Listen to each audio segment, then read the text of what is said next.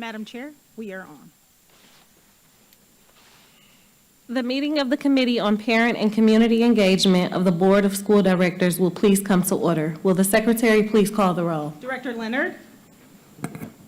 Present. Director O'Halloran. Here. Director Simpson.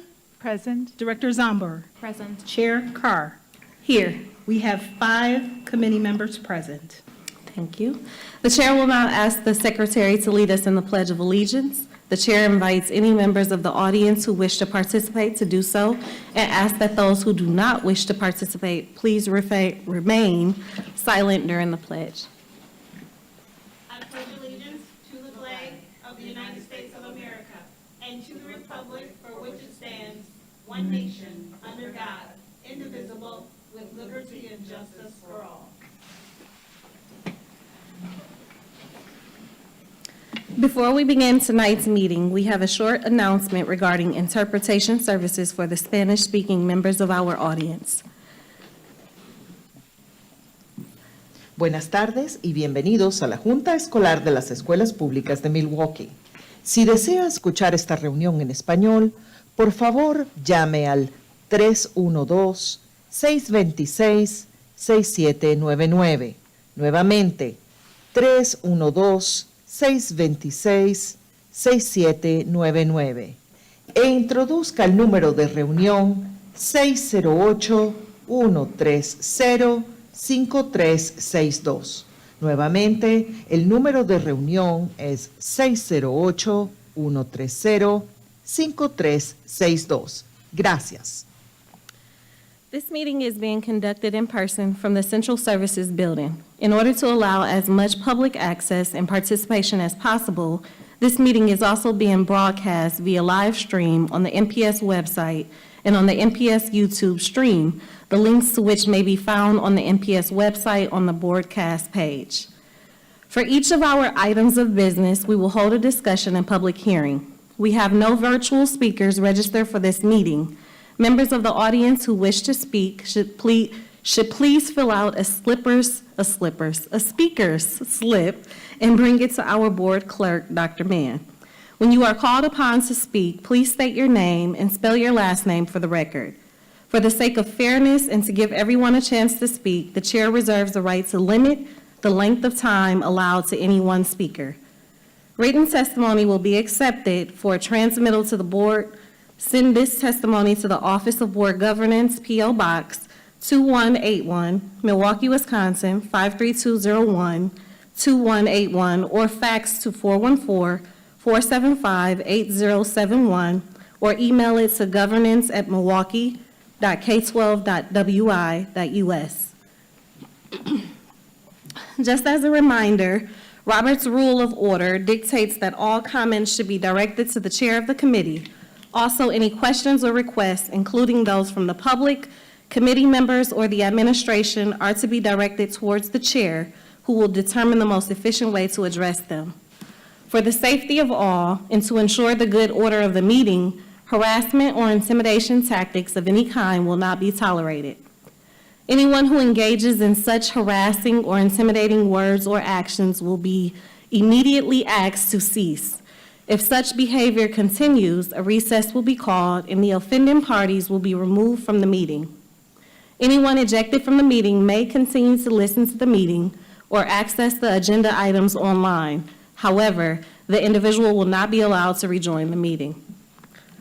Also, no other than members of the board, designated staff, and those who have been invited to present or participate in items of business will be allowed on stage before, during, or after meetings of the board and its committees.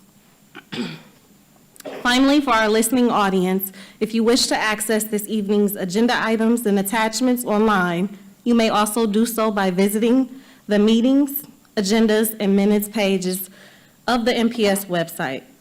Now, let's begin. Madam Secretary, item 1. Item number 1 is a report with possible action on the 2022-23 partnership with City Year. This is an informational item, and although it has been noticed for possible action, no action is required. Would the administration please present the item? Madam Chair and members of the committee, Keith Posley, Superintendent of Schools.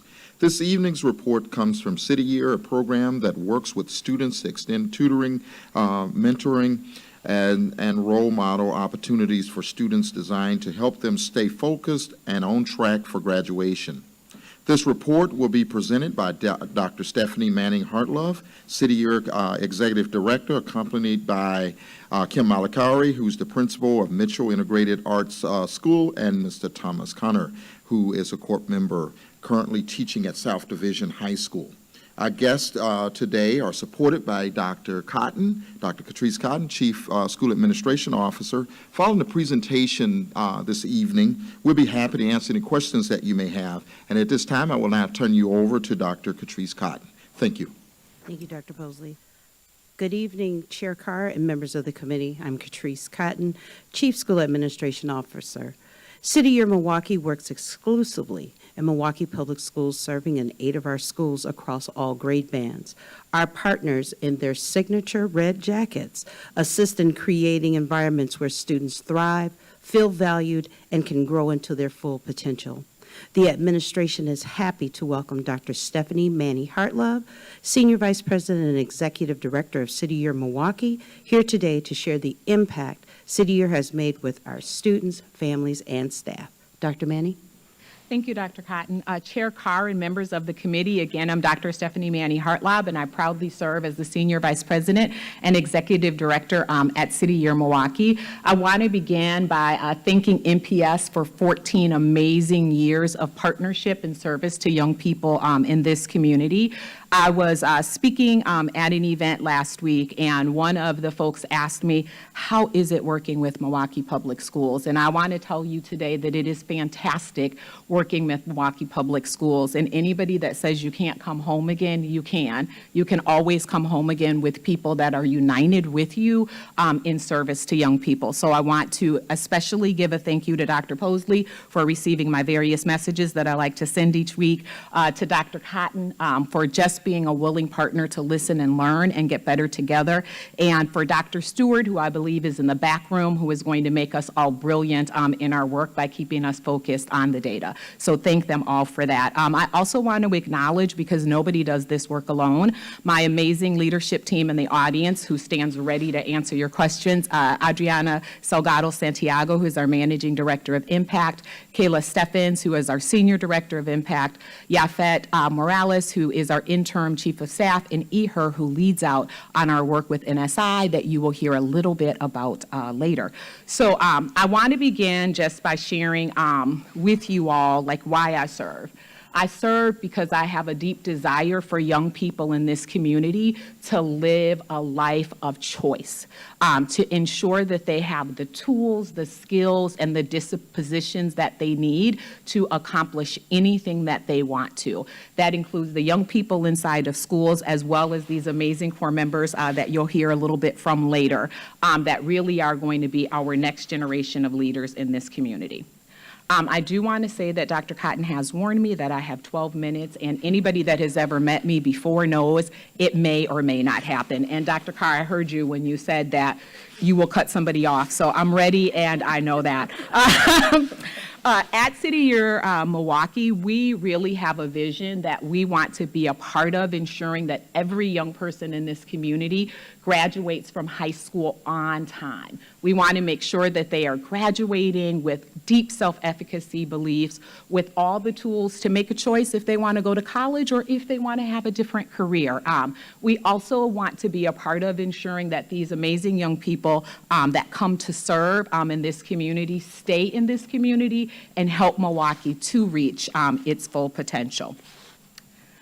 We often talk about at City Year how this looks and feels, and luckily you all had my 40-piece slide deck before we got here today. So I'm just going to draw your attention to that last one that says our community, because we really consider ourselves to be a part of the community of MPS, and we hope that as we are engaged in this partnership that you regard us as responsible and responsive, that we do the work that we are set out to do to integrate our national and local perspective and really promote the sound management of resources and contribute to a thriving Milwaukee. And I think we are well on our way to making that happen. I'm going to share a little bit today about our impact, which is where we were last year. I'm also going to share with you a little bit about where we're headed as a national organization and what that looks like in Milwaukee. So as you all know, City Year is deeply rooted in culture. And one of the things we talk a lot about is putting idealism to work. And so now we're going to put idealism to work. PITW number 22. Implement fewer things better. With the best of intentions, we can have a tendency at City Year to try to do too many things at once.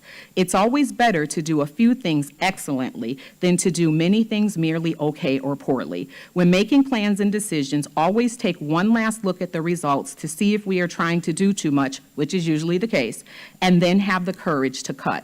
And that's putting idealism to work. So as we're coming out of the pandemic. I know a lot of people say the pandemic is over. It is still here. It is real. We have taken a step back to examine how we're moving forward, right? I think kind of pre-pandemic, at City Year, we were really focused on expansion. We were thinking more about our footprint than our impact. And as we are examining what our scholars need inside of schools, what our partners in school needs to support that work of scholars, we have really looked at how do we rebuild those muscles that we had pre-pandemic. Doing those power greetings online is a little bit different from doing them in front of scholars every day. Working with kids online in a small group is different from doing that in person every day. So we've set about rebuilding relationships with our partners, rebuilding the systems and structures that we need in school to carry out this amazing work. We've also learned coming out of the pandemic that our scholars are different, our teachers are different, the environments in which we serve are different, and so we've got to be different. We have got to be able to differentiate the services that we are providing to really truly meet the needs of those that we are serving. That means our scholars inside of schools and the core members that have come to give this greatest gift of a year. So we spent last year digging into our data, rebuilding those muscles, and really allowing schools to say, of all the City Year services that you can have, what is going to benefit you the most, right? And so we're learning a lot of lessons. I think our schools are learning a lesson, and I would say starting this year is the strongest partnership year that we have had, and I know it's only going to get better from here. And I say that because on the screen, you'll usually see non-academic time around attendance. And so this year, or last year, a lot of our schools did not choose attendance support as a service. We continue to provide that service on a Tier 1 level, but not on a Tier 2 level. Many of our schools ask for more after-school time, more SEL time to support young people as they transitioned back to in-person instruction. And when I think about the work that we do, I think we talk a lot about the support that we give to young people. We don't talk enough about the support that we provide to teachers that are carrying out this most powerful work and the support that they need with that extra set of hands and hearts in the classroom, because they too went through a pandemic. So last year, we really focused more on academic support that schools were asking for, and then SEL support that young people needed inside of our school spaces. We provided, as you can see, over 4,000 hours of intervention in ELA, 2,400 hours of math intervention. Anytime City Year is called on to present, and I'm available next month as well, you will notice that we have more time with ELA, and that's because when we look at our data, ELA is considered time that we spend with young people in social studies, in science, and in English language arts. What you'll see on the screen, and I'm going to go through some of these slides very quickly, we have differentiated goals for elementary and for high school. In the elementary schools, we really focus on 50% of our focus list students growing by 10% on their assessment. And just a little background, focus list students are students that are selected in cooperation with the teacher and the school administrators that need an extra set of hands and hearts and some time, and so they receive that tier 2 intervention. And when I go through these slides, you'll see most of the non-focus list students are in blue. That means the focus list students' classmates, and the red are the focus list students. And so we can see from this screen, from this slide, that our city year, our focus list students that are working with our city year core members are growing more than the scholars not receiving our services. For K-8 gap closure, you can see, again, another example that those students working with city year in ELA and in math are growing over 10% more than the scholars that are not receiving our services. We historically have focused on moving students from below target to on target, and as you can see, again, those students working with city year are accelerating more quickly to moving towards on target. I think that here you will note that the numbers are small. I think we want to highlight that our young people coming out of the pandemic have come back with skills gaps that we have not seen before. And while I want to acknowledge that they're gaps, I also think that they're opportunities, right? It's an opportunity for us as a community to be thinking about how do we expand the services of City Year? How do we bring in other organizations that are doing work like City Year to be in service to our scholars inside of schools? For high school, we focused a little bit differently. We focus on our focus list students passing classes that are supported by AmeriCorps members. Our goal is 83%. Last year, we were at 93% of those scholars passing that class where a core member was there to support them. The second goal we looked at is 80% of our focus list students will obtain 5 or more credits and be promoted to the 10th grade.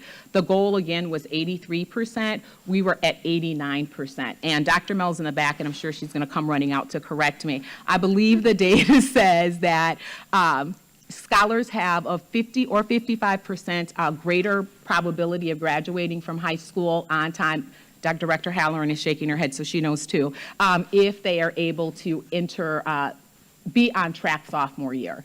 And so that is primarily why City Year has chosen to really focus on those freshmen. And I should have said that in the beginning. We only work with freshmen in the high school, although we do try to surround all of the school with the blanket of love and care.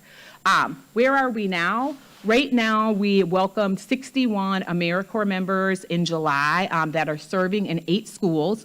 We have 9 school teams. So in Barack Obama, we have a school at the elementary level, a team at the elementary level, as well as a team at the high school level. It's the only K-12 that we serve in. And so we're really trying to get a broader understanding of what happens when we are able to greet and meet our scholars at 3rd grade and transition them into 9th grade. So there are some lessons that we're trying to learn there. We also have one team leader at every school, and a team leader is a second-year AmeriCorps member who is coming back to provide guidance to those first-year AmeriCorps members, and they do not work directly with scholars inside of schools.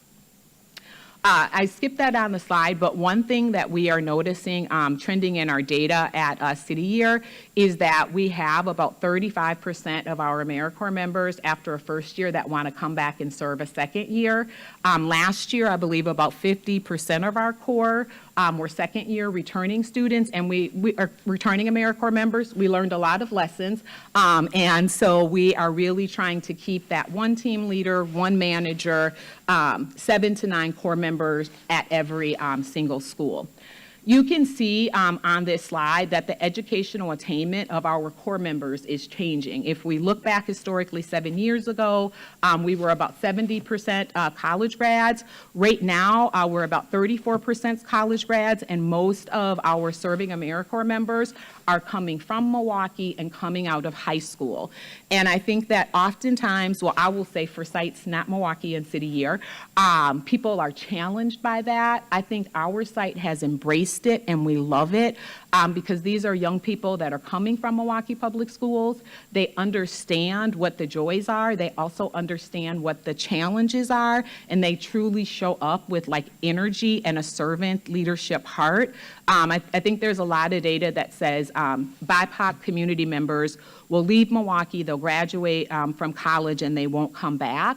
And I feel like we have an opportunity here because we have young people that have stayed here, that are serving here with the training that we're providing for them, are continuing their education from MPS and getting college ready and making a commitment and understanding what this community is about. So I think we really have an opportunity to grow our own here, and we'll talk a little bit about that later with the teacher pipeline.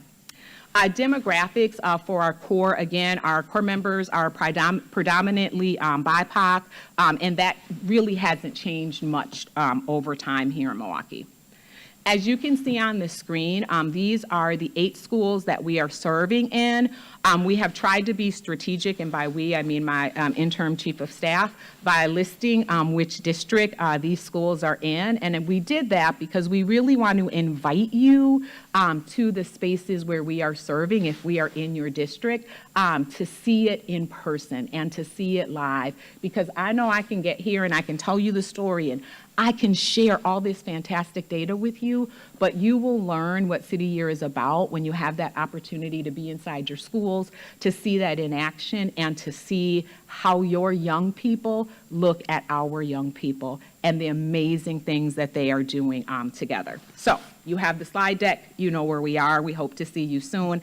And I think if you show up, we might have a little something for you.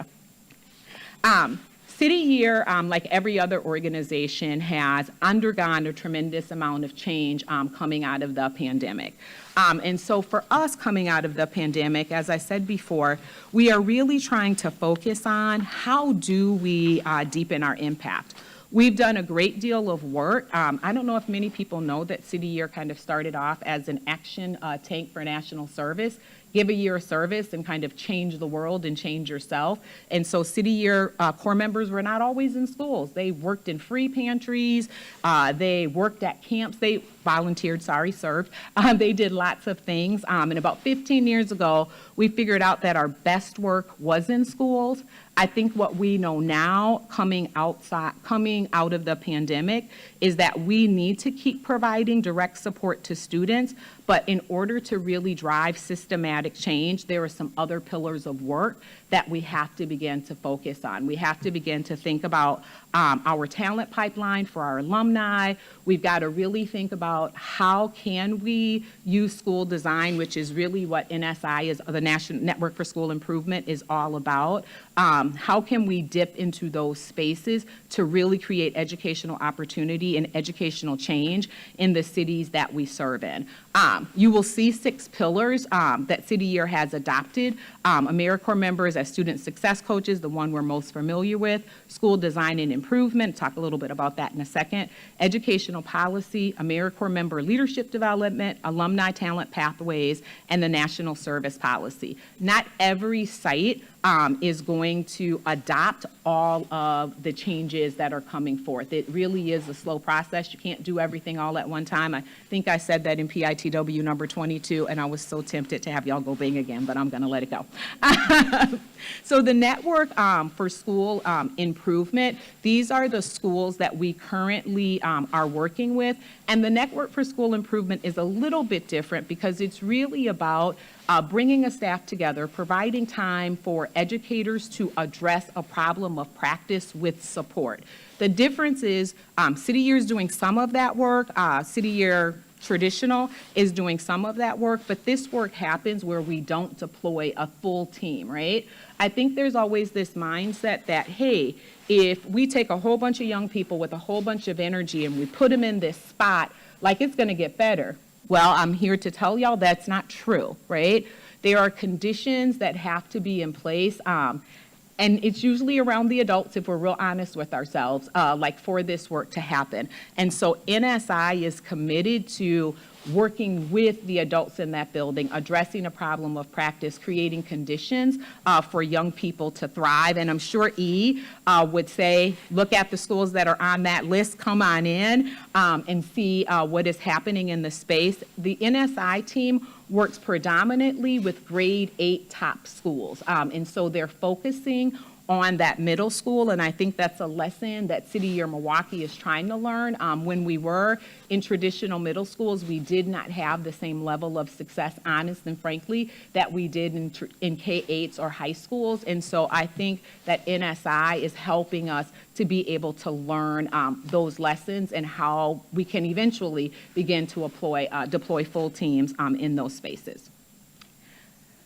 We have been thinking and knowing that our core members come to this work with not necessarily wanting to be a teacher, but fall in love with the idea of supporting young people. And we believe that core members can, have, and will continue to make great teachers. And so this year, City Year Milwaukee was able to launch a Teaching Fellows pilot. And this pilot is really kind of rooted on the same strategy as like a medical internship. So core members serve 1 year, and then in their second year, if they have a college degree, they're able to enter this Teaching Fellows program where they take online master's classes at Arizona University. So if any of my local university partners are listening, please know we are looking for a local partner to carry on this work. And they take their classes at night, and then they are full-time student teachers for an entire year in school. And then the second year, Dr. Posley, they are available for hiring because they will be certified after 1 semester. And Thomas is joining us, and you'll be able to ask him some questions about the program a little bit later. It is going to be an amazing opportunity for us in partnership with MPS to draw core members from around this country to Milwaukee. City Year has 29 sites. Only 4 of them offer this program, and I believe that there is no greater place to live, to work, to raise your family than in Milwaukee and in Milwaukee public schools. And so this year we have 2 fellows. Moving forward, we hope to have 10 fellows in this program every year. And so that is one of the changes that City Year Milwaukee is making as we aim to deepen our partnership with Milwaukee Public Schools. And so I have Thomas here, who is one of our teaching fellows. Thomas is on the left-hand side, and Emily is at home, I'm sure, writing lesson plans and grading papers. She is another teaching fellow at South Division High School. This year, we started with high school. Next year, we will expand into an elementary school, and Kim has already let me know that she is on the docket for that. I don't think, because I'm way over my time, because nobody stopped me, that we have time to watch our impact video. I will allow you all to watch that on your own, and I am going to say thank you and open. I don't think I opened the floor for questions. Go ahead with the video. Oh, I can go ahead with the video. Okay, I'm going to see if I can make this video work. Yes. 1,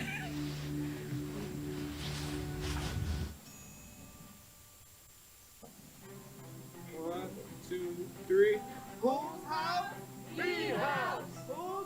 I'm William Carnes. I am a first-year AmeriCorps member, proudly serving, and I am a 2018 Vincent grad. It's really surreal coming back to the school that I graduated from, and now to be someone who's now on the teacher side of it. It's amazing. Having Will as a student and seeing him come back willing to provide for the city that he grew up in, provide for the school that he grew up with, it does make me actually very, very proud. I just love working with Will. I am super glad that he's on my team. Will brings joy into any space he's in. We get to be that consistent person that his students can rely on when sometimes they don't have many other people they do rely on. They are another adult in the classroom that can lend support to our students. I think City Year plays an amazing role. We definitely build a bridge between the students and how they approach school. We're coaching them, we're trying to keep them on track. It's wonderful to see.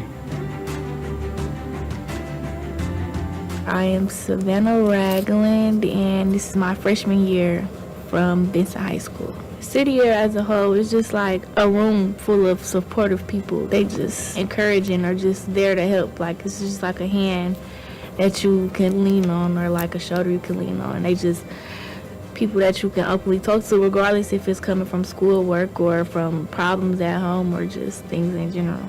Working with Savannah, she is quiet, but she definitely does have big goals. She has a big personality when you really get to meet her, and it's just been amazing to see her growth over these last few months. I finished off my first term with the 2.2, and then going in City Year and realizing that they're here to help, I ended up getting a 2.8, and then now I'm carrying on a 3.0. I really respect Savannah. I love her dedication to making sure that she's doing what she has to do and she's putting education first. With having Will here every single day, they get that from both of us. They're able to see that whenever they need somebody, when they come to Vincent High School, they're going to have Will and they're going to have Mr. Ladlick. He's very funny, energetic, like he's a good person as a whole. That's like my best friend. Working with City Year is a very good experience. Being able to work with the young scholars, being able to build these relationships, build these different dynamics that allows them to feel comfortable and allows them to know that we are a safe space. And it just gives us an opportunity to just create change on a very big scale. Do you want to do one more example and then go back to class? I've seen my different AmeriCorps members go on to become teachers, and they definitely gained so much from this experience, making a resume. We practice interviews, to them just also seeing what else is available. For me, I would like to be an English teacher, and English was one of my favorite subjects in school. I want to be able to leave this earth knowing that I made a difference, knowing that I made a change in even one person's life.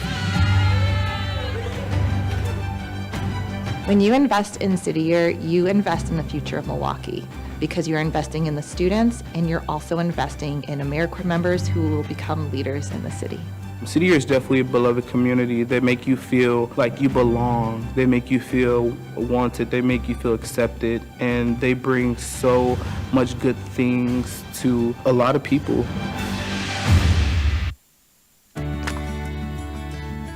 Hey! Thank you. That completes our presentation. We're ready for any questions that you may have at this time. Thank you all. Do any committee members wish to make comments or ask questions?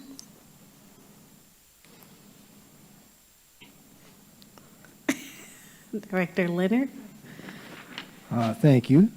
I've worked with the AmeriCorps teachers before. I'm just curious about one thing.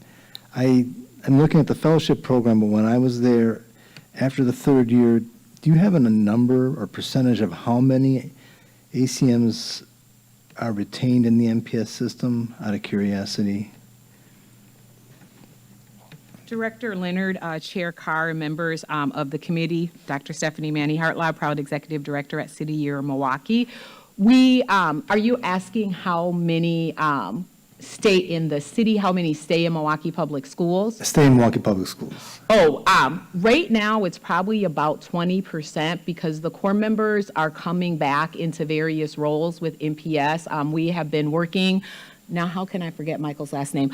Michael Harris down in human resource or talent management, on a parent teacher pipeline for the 18 to 20-year-olds where they're able to take that assessment and come and work in Milwaukee Public Schools. With the Teaching Fellows program, we are hoping that we are going to keep more of them in MPS teaching. What has happened historically without this kind of gateway, in order for them to get licensed, if they've gone off to some of the other choice or charter schools because they're not licensed. Thank you. Mm-hmm.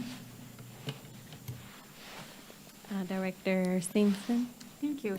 Yeah, I was just, thank you very much for the presentation and that sort of stepping stone to get to education, I think, is really important. And I don't know if anyone could speak to, like, what are some of the things that they really appreciate about the experience that kind of gave them a foundation to moving into teaching, how that maybe helped them along the way, because I think it's just so valuable to have a little bit of that experience under your belt as you head into education. So I don't know if anyone can speak to some of those opportunities.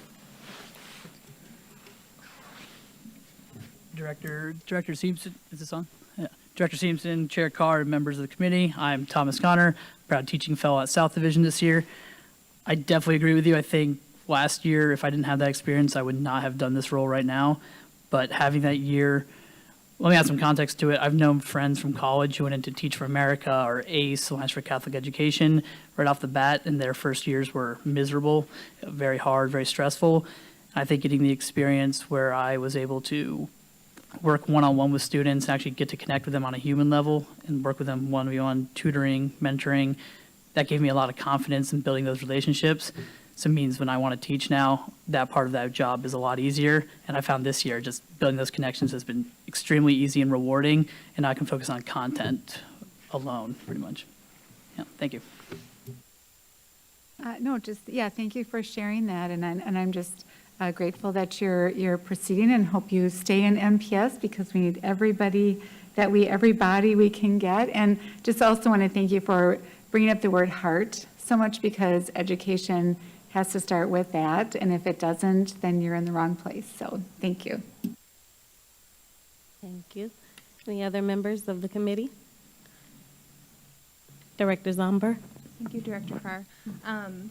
Thank you so much for sharing more about City Year and the impact. I'm wondering if you have any data around the impact that the program has on attendance at all.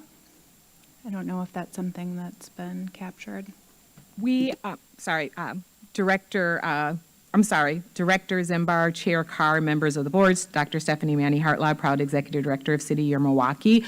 We do not have a lot of attendance data from FY22 or 23 because the 8 or 9 schools that we were working with did not choose that Tier 2 intervention that they wanted us to conduct our work on with students. We do have historical data, kind of pre-pandemic, that we can provide, but again, schools are choosing more of that SEL service and academic services within the space. We do provide like holistic Tier 1 attendance support in schools, which looks like phone calls home, visiting with students, like power greeting in the morning, but more on the Tier 1 level because schools have not selected that as an intervention that they want us to provide. Director Zomber, follow up?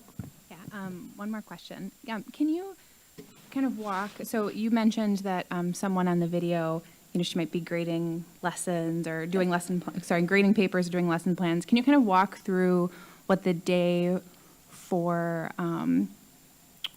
AmeriCorps member might be and like what that, kind of workload would be like? Thank you, Director Zomber and Chair Carr, members of the committee. Once again, Thomas Connor, teaching fellow. Are you referring to the teaching fellowship or the ACM role? ACM role. So typically as an ACM, start the day off early, 7:15. For me, that was at South Division. We help greet students in the morning, outside. In the winter, we greet them inside. Sometimes we help with cell phone collection.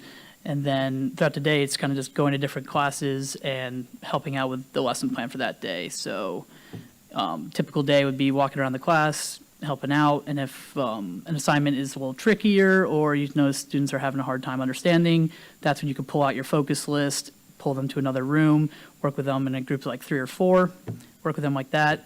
And that's typically how the day goes. And you have your prep hours to kind of work with students one-on-one or during lunchtime, spending time with them, just building relationships. And then after school, we do tutoring support. Last year was 2 days a week. And sometimes if there was a club that you were involved in, helping out with that as well. Thank you. Follow up? Last question. Okay. Do you wear the coats in summer too? Do you get it? No, sorry, Chair Carr. Do you wear the coats in summer too? It's a little hot. Director Zumbar, Chair Carr, and members of the committee, Dr. Stephanie Manny Hartlaub, proud Executive Director at City Year Milwaukee. Yes, we wear the coats in the summer. We are so proud of them. I want you to know I'm literally have on a blazer under this, but I am wearing this jacket because we're proud of it. And having the jacket is a part of like our culture. It lets us know that we're part of a group and what we're trying to achieve. Last week we had opening day, and opening day is where all of the core members have gone through Basic Training Academy, and they have basically earned this jacket. So they've completed all of their training, and they come together and they dedicate their jacket to someone or something. They're dedicating their year of service. So I think once you get it, and I didn't really even earn mine fair and square. I got one because I was the ED. But I think once you earn it and once you are committed like to this work, you're like, I'm putting this jacket on. I wear it in airports. I mean, it's kind of ridiculous, but I think we're really proud to have them. Thank you. Any follow-up, Director O'Halloran? Thank you. I'm pretty familiar with the concept. I used to work at United Way of Greater Milwaukee in Waukesha County, and I worked with a former City Year member at that year, and I've heard really great things from Bayview High School. Mr. Gaddis is always really pleased, both with the members and then also hiring former City Year members afterwards. I will just tell you that, like, I don't know enough about this network for school improvement, and I noticed that Victory is on there, which is in my district, and so I will take you up on that opportunity, maybe schedule something at a later date to get better introduction to the program and learn more about how we as board members can support that work, because just anecdotally and then data-wise, it obviously shows that the work that you're doing is very valuable, so thank you. Thank you. Any other members of the committee? Okay. All right, and there's no one registered to testify? Madam Chair, we have no request for public testimony on this item. Okay. Can I pass the gavel to co-chair? Thank you. So I want to say, one, thank you all for being here. City Year got me through some long days in the classroom.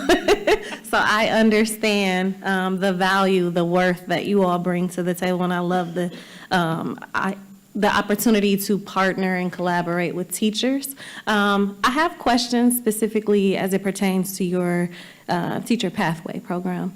So I would love to learn more about what does the support look like during that placement year.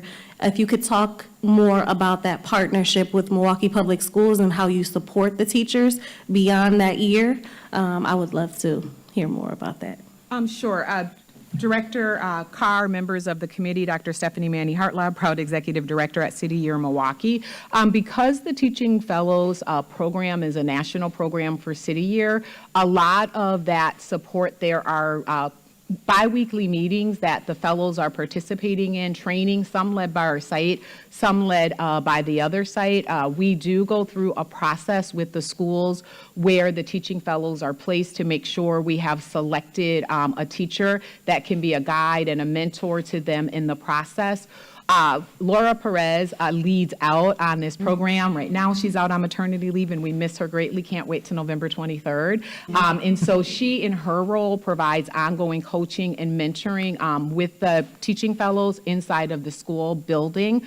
After they complete that first year, they are engaged in the program a second year, and during that second year, they will continue to receive, like, on-the-ground, in-person coaching from City Year. They will then remain a part of that national cohort of teachers from the 4 other sites. This is our first year, and so there are lots of things that we are figuring out. We are lucky that we have Kim Haynes, who is the assistant principal at South Division High School, who was a Compton Fellow that went through a very similar program, and so she is all in. I feel like I probably get emails once a week with Dr. Stephanie, but she just calls me Stephanie because we work together. You need to be thinking about this. I'm having like these ideas, and I think that's the type of partnership that we're looking for, and I think she understands that you can come to teaching through a lot of different pathways, and when that support is there, you can be successful at it. So we're trying some things, we're learning some things, and they'll be different and better next year. But right now, we know our 2 fellows are having a great experience at their school, and I want to give full credit to the South Division community because they have welcomed them, they have poured into them, they have given the grace and patience that one needs to have with new and growing teachers. And so I think that it was a perfect place to have this pilot program. Thank you. And my last question for the listening audience, and even for the students that are on the verge of graduating and transitioning into the real world. Can you talk more about that transitional phase from high school to AmeriCorps or to whatever's next, and the support that is provided for recent graduates as they transition into perhaps a service corps program or city year? Talk more through the process for recruitment and support during that phase. We, Director Carr, members of the committee, Dr. Stephanie Manny Hartlaub, proud executive director at City Year Milwaukee, we are always recruiting. We are always looking for young people that have the heart and the mind to be of service to others. We have a local recruiter, Isel Nicholson, who you can reach from the City Year website. In order to serve at City Year, you have to be 17 to 25 years of age. You should have completed high school, either a GED or a diploma student. We go through an interview process to make sure that you understand what service is about. You then enter City Year, you receive 6 weeks of basic training. And in that basic training, not only are you learning about how to tutor young people in schools. You're learning about how to develop relationships with young people in school. We are providing you with career coaching, whether that means you are ready to go into the workforce after this experience or whether you want to go on to college. We call those our LACY plans, your leadership after City Year. And so young people are provided with that twice a month. The other 4 days of the week, they're in schools working with young people. Twice a month on Friday, they're at our offices receiving further professional development for their service inside the schools, but also for their leadership after City Year.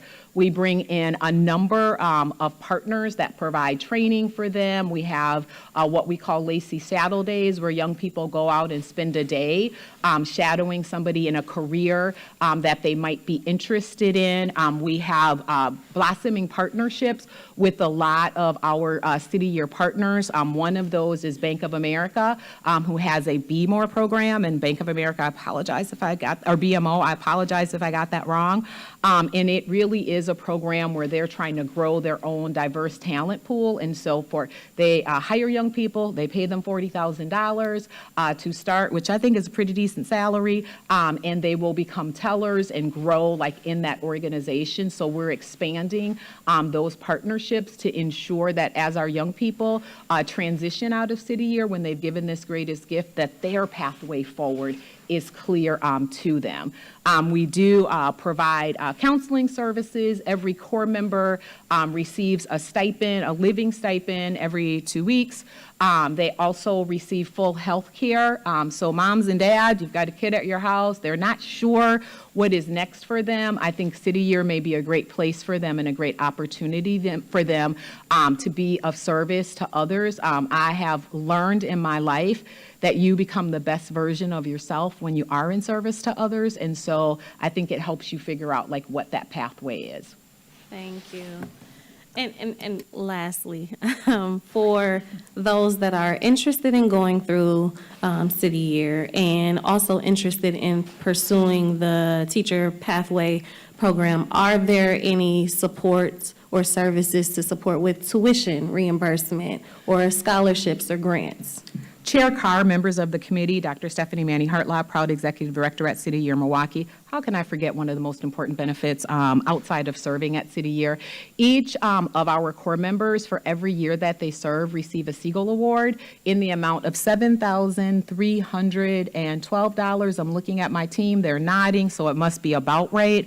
And so you receive that stipend for each year that you serve. So for example, our teaching fellows will receive roughly $14,000 in the Siegel Award. Their tuition for their master's program at Arizona State University is $12,000. And so their master's will be free as part of their service here at City Year. Thank you. Thank you. And for everyone that is interested in pursuing City Year, just to get closer to our babies, check them out. Thank you. I'll take the gavel back. Gavel is returned. Okay. All righty. Chair Carr, can I just make one closing comment? Yes.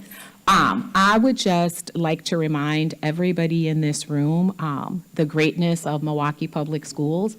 I think too often we forget what a privilege it is to serve here. And I'm looking and thinking about this community that we have a mayor that is the graduate of Bayview High School. We have a county executive that is a graduate of Bayview High School. We have an assistant police chief that is a graduate of the best high school, Riverside. We have a fire chief that is the graduate of Riverside High School. We have an executive director of City Year Milwaukee that is a graduate of Riverside High School. Amazing things happen here, and I remind you to always take a moment to celebrate that. Service is a privilege, and in this place, every last one of those people learned how to be of service to others. So I encourage you to keep on the journey, to remember why we show up every day in service to young people, and no matter what people say, you are great, and you are doing great things. Thank you. Thank you.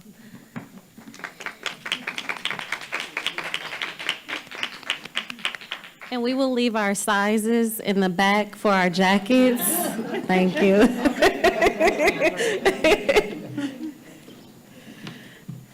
Thank you all. Madam Secretary, next item, please. The next item is item number 2, which is a report with possible action on the District Advisory Council, the DAC. This is an informational item, and although it has been noticed for possible action, no action is required. Thank you, and we'll give them a second to set up.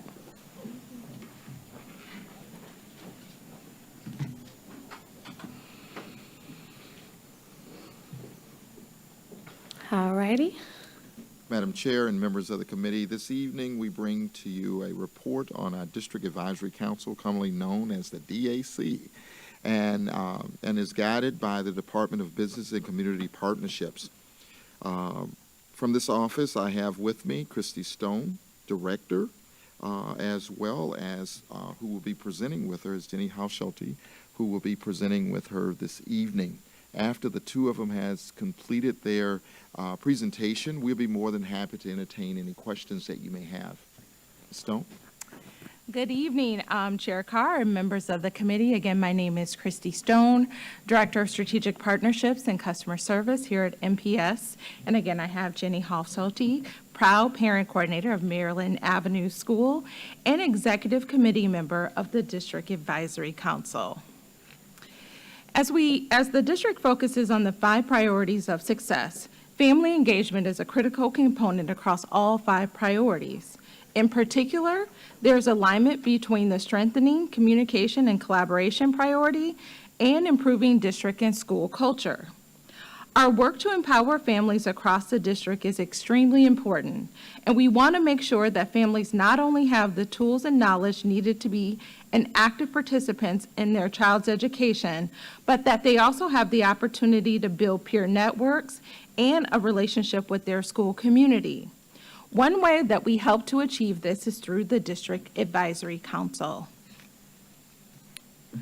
The District Advisory Council, or also known as the DAC, was established to ensure that parents of all students here at MPS have an opportunity to share their ideas about the needs of children, assist in the planning and operation of the Title I programs, and have a voice in district decision-making. The DAC is made up of 2 parent representatives or delegates from each school. Those parent representatives attend monthly meetings which are held the first Thursday of each month from 6 o'clock to 7:30 p.m. Those meetings are held online and are also open to the public. The DAC starts their meetings for the year in October, and they conclude in May. And one way that we ensure that all families are able to participate, we do offer Spanish interpretation services at all of our virtual meetings. We also have the option to offer other language interpretation services upon request if that is needed. The District Advisory Council meetings follow the same format each month. They start with a family and community engagement report where we provide updates on events and activities happening across the district that are important for families to know, followed by positive notes and school highlights, which provide attendees the opportunity to share some of the exciting things happening in their school community. And then we go into district and school presentation. These topics are chosen by DAC representatives on areas that they would like to learn more about. Some of the speakers that we've had in the past include textbook adoption, transportation, budget and finance, just to name a few. And then our standing committees can opt to have a meeting after those presentations have concluded. And if not, we send out our electronic meeting evaluation, which is reviewed by both our family and community engagement team, as well as the District Advisory Council executive team. They then follow up on any necessary feedback and recommendations or ideas that come from those evaluations. This is our list of our current executive committee: Joelle Worm, John Prano are the co-chairs. Jennifer Buchanan, Brianna Fox, and Jenny Hofschulte are the 3 executive committee members, and Carolyn Malone is our parent coordinator rep on the District Advisory Council. Each November, elections are held for the executive committee, and these positions are important to this team because they are responsible for composing the agendas for the DAC meetings and overseeing all DAC activities. Next, I will turn it over to Jenny Hofschulte, DAC Executive Committee member, who will share more about her work with the DAC. Thank you, Ms. Stone. Chair Carr, members of the committee, I'm Jenny Hofschulte, and I am on the Executive Committee of the District Advisory Council for Milwaukee Public Schools. As Ms. Stone said, the meeting agendas are set by this executive committee, and it's based on the evaluations and often the robust chat from the previous meeting. In October, the meeting had opportunities. In the October meeting, we expressed the need to recruit folks to the executive team. So in November, people will come forward and join the team. Even folks who are not executive members who show up regularly, that meeting is always open, and that link is shared with any member of the DAC or the community at large that would like to participate, share their concerns with the executive committee, and put something on the agenda. In the October meeting, we had just over 100 participants in that Zoom meeting, and there was a great chat and a lot of excitement around family advocacy training for the coming year, and parent engagement. We're going to focus this year on family training and advocacy engagement for the families. The DAC, I've been on and off the committee for many years, and it's taken a lot of different shapes. And right now, we have a really great set of people who are really motivated to learn more about the functions of the district, information from the district, how to enact change, how to come before this body and others to be better advocates for their own home schools as well as the district at large. And I don't think we should miss that opportunity. This summer, the Milwaukee Public Schools is a partner to the Wisconsin Public Education Network, and several families chose, and the Family and Community Engagement team sponsored families to participate in their summer summit activities in South Milwaukee, this summer, which was really neat to see families from MPS, family members down there participating alongside of district superintendents from around the state, school board members from across the state, and other parent and community engaged activists from across the state, which was a really nice opportunity.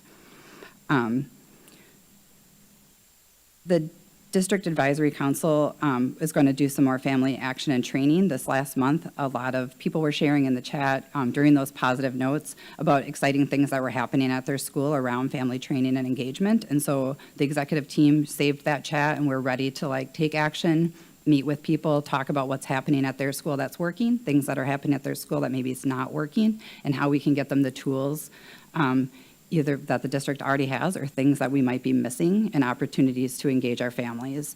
We do say parent delegates, but we do also have some grandparent delegates and any caregiver that wants to step in and step up for our kids. We do not turn them away at the advisory council. I just never want to miss my shot to say this. If we, the Royal We, Milwaukee Public Schools, and our community want families to be engaged, then we have to be prepared to hear from our families when it's internal too and not just external. And I think the District Advisory Council has really gone out of their way between executive committee members and also the FACE team to make sure that families know that they have a place to come and ask questions, even if they're not questions that we want to answer or things that we have to say, we haven't considered that, but how do we consider that? And how can we partner on that? And I think we're in a really good spot with the DAC. I'm excited to see where it's going. And I just wanted to share one more tidbit. Last spring, the District Advisory Council hosted their first ever school board candidate forum. And that had never happened. The DAC, the parent body, that community body had never been the conveners of a school board candidate forum. And I think that's really critically important that our families understand the timelines of those elections and then also how to be candidates for those elections. I guess we're ready to take questions, Ms. Stone?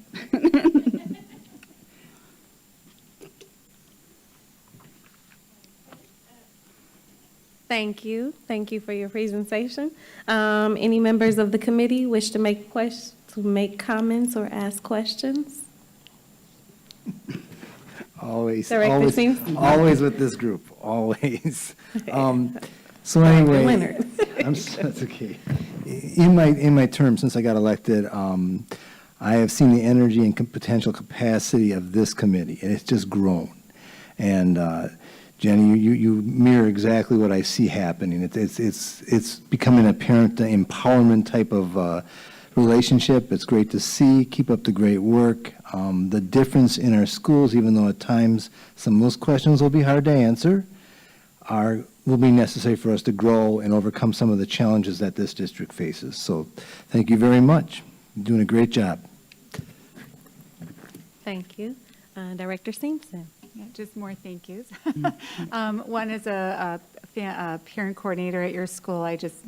You are very active and responsive, and I want to thank you for that, but also for kind of broadening that role to the work of the District Advisory Council and giving our families that space for those open and honest conversations, because you're right, I think our families look for a platform, a place where they can have say those questions and then look for a way to get answers on them and organize around that. So just thank you for the work on that. And also, I think it's really critical that our families learn how to be advocates, for themselves, their schools, but also the district, because, the passion is there. I see it all the time when issues come up at a school. It's not so much that the families are frustrated with the school, they're frustrated at trying to advocate for what their school needs or what that community needs in order to be successful. So I think that work is really critically important. And I just have to second what Director Leonard said, that in my time on the board, seeing this committee grow and become stronger, more powerful is notable. And I just want to thank you for the work that you've done in that and being a public school advocate. Thank you. Thank you. Director Zambor. Thank you, Chair Carr. So I just want to echo the sentiments of my colleagues. I have a soft spot for the DAC, and I know even as a parent representative, the connections that I made many years ago, I still have with a lot of the parents, and it introduced me to a lot of the challenges and how other schools were dealing with those challenges. So I think that was so vital to kind of our own organizing as parents and staff. You ask a question like, oh, did your principal do this? And it helps you, because then you learn about the shared what do we call them? Shared engagement I know we changed the name, shared engagement councils, SECs, yeah, that's the name now. But you learn about that in a way that you wouldn't otherwise when you're kind of comparing notes with other parents, and that just helps the democracy that the board has always wanted to see and is built into policy, that you're making sure it's being carried out in action. So just want to thank everyone for the work that you do to kind of shepherd that process along. Also, wondering if you can talk about any upcoming themes that maybe came up in the chat at the October meeting, if you can share, or is it too early? I know transportation was a big one when the last time I attended. Chair Carr, members of the committee, I'll share, there are some perennial issues that come up that require review every year. So the parents want to talk about transportation, they want to talk about school nutrition. We, are a place that the district stops to talk about things like the calendar and time changes, things like that. So those are all kind of the perennial things. But one of the things that really was in the chat this last meeting was really around parent and family advocacy. And how different schools are doing advocacy already, and how we could work together to help train up some other people and use some different models around that. The first couple meetings of the year usually are really standard meetings where we talk about how to look at the electronic school board, right? How to access the information. Oftentimes people will come with problems from their home school, and part of it is just showing them the path to the information. And then sometimes it's emailing communications or emailing school nutrition or somebody about a path being broken, information pathway being broken, or maybe incomplete information. So our delegates are really good about sort of hounding through that website and things like that, and letting us know where there's areas for improvement or lacks of information. Another component we've added to the agenda is just the upfront sharing. What do we call it? It's not the positive notes part, the other part. Forgive me,